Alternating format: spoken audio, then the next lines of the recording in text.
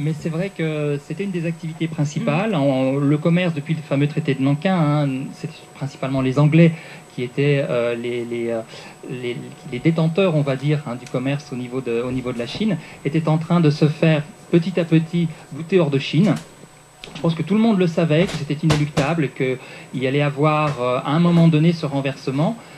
Les Occidentaux étaient aussi les yeux tournés vers l'Europe et vers la guerre, et ils n'ont pas forcément vu venir cet engloutissement total de Shanghai et de la Chine par les Japonais. Et c'est aussi en faisant ces recherches que j'ai découvert l'existence de ces unités, fameuses unités Togo 731, dont j'ignorais complètement la réalité. Alors, il faut expliquer ce que c'est que ces unités Togo 731. Effectivement, c'est...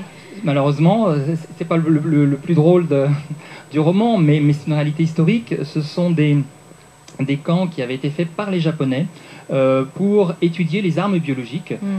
C'était principalement des bactéries, parce que les virus, c'était à l'époque bien moins facilement maîtrisables. Donc peste, choléra et j'en passe.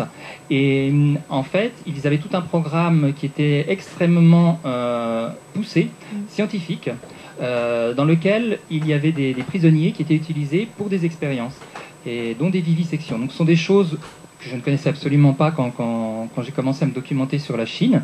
Et quand j'ai découvert la taille, l'importance et le systématisme finalement de ces camps, il y en avait un certain nombre répartis en Chine. Ils ne faisaient pas ça au Japon, hein, de peur d'étendre accidentellement une infection. Ils faisaient ça en Chine et un peu en Corée.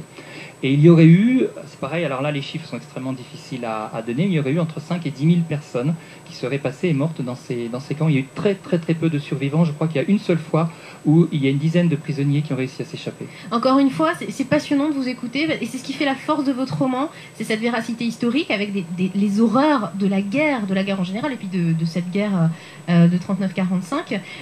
Ce tourbillon international aussi, parce que c'est vraiment ça, hein, on est vraiment emporté dans un tourbillon, dans des choses qui nous dépassent et qui dépassent vos personnages. Oui, tout à fait. Et c'est ça l'intérêt aussi, c'est qu'au milieu de ce tourbillon, il y a deux personnages très très attachants. On se dit que ces personnages auraient pu exister, finalement, vous allez me le dire. Est-ce que ces personnages auraient pu exister? Alex et Isor. Alors Alex et Isor, ils auraient pu, je les ai inventés pour les besoins de mon intrigue.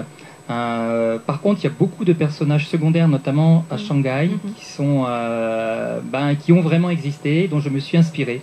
Et parfois, les plus improbables sont vraiment ceux qui ont eu leur réalité ancrée dans ce Shanghai des années 40. Notamment des officiers SS et Tout autres. à fait. On a retrouvé par exemple un Allemand qui travaillait dans un des hôpitaux de Shanghai, dont le surnom macabre était le bourreau de Buchenwald. Ouais.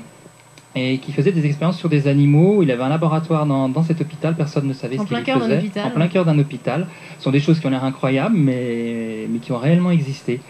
Et puis pour Alex aussi, cette quête se double aussi d'une recherche du père, puisque plus son enquête avance, plus il se rend compte que son père semblerait être mêlé, parce que son père était un grand spécialiste du virus de la grippe. Il a travaillé jusqu'à sa mort 2 ans auparavant sur ce virus pour essayer d'en trouver un vaccin. Et il semblerait que les souches qui aient été déversées en 1918 proviendraient d'un laboratoire dans lequel son père travaillait. Et c'est vrai que pour Alex, c'est une quête qui n'est pas seulement pour essayer de trouver un secret d'État, mais il y a aussi un secret finalement de famille quelque part qui semble se profiler. Et lié à la perte de ce père, effectivement, lié à la perte de ce père. Et à son absence. Donc voilà, enfin... Bon, bref, on pourrait en parler pendant des heures sans même vous avoir dévoilé là, hein, en l'espace d'une dizaine de minutes, le 10e, voire le 100e de tout ce qui se passe dans ce roman. Un roman vraiment, je le disais, à tiroir, un roman d'aventure.